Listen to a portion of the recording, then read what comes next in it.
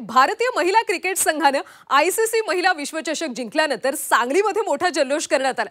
भारतीय महिला संघाची उपकर्णधार स्मृती मानधना ही मूळची सांगलीची आहे। तिच्या अप्रतिम कामगिरीमुळे सांगलीकरांनी आनंद व्यक्त केला। शहरातल्या मारुती चौक ते जिल्हा क्रिकेट असोसिएशनच्या पदाधिकाऱ्यांनी ढोल ताशांचा गजर आणि फटाक्यांची आतषबाजी करत जल्लोष केला। यावेळी नागरिकांना जिलेबीचं वाटप करण्यात आलं।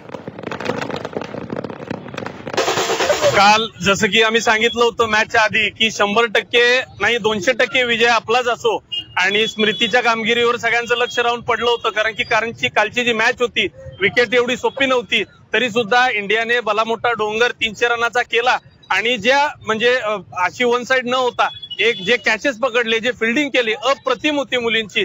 त्यामुळे सांगलीकर कडून आम्ही आमच्या सर्व सांगलीकरांकडून भारतीय संघाला खूप खूप शुभेच्छा। त्या निमित्तानं आम्ही सकाळपासून 500 किलो जिलेबी वाटप ठेवलेला आहे। पहिला वर्ल्ड कप जे आपण भारताने जिंकलेली आहे त्याबद्दल समस्त देशामध्ये आणि विशेषतः सांगलीमध्ये प्रचंड जल्लोष होत आहे।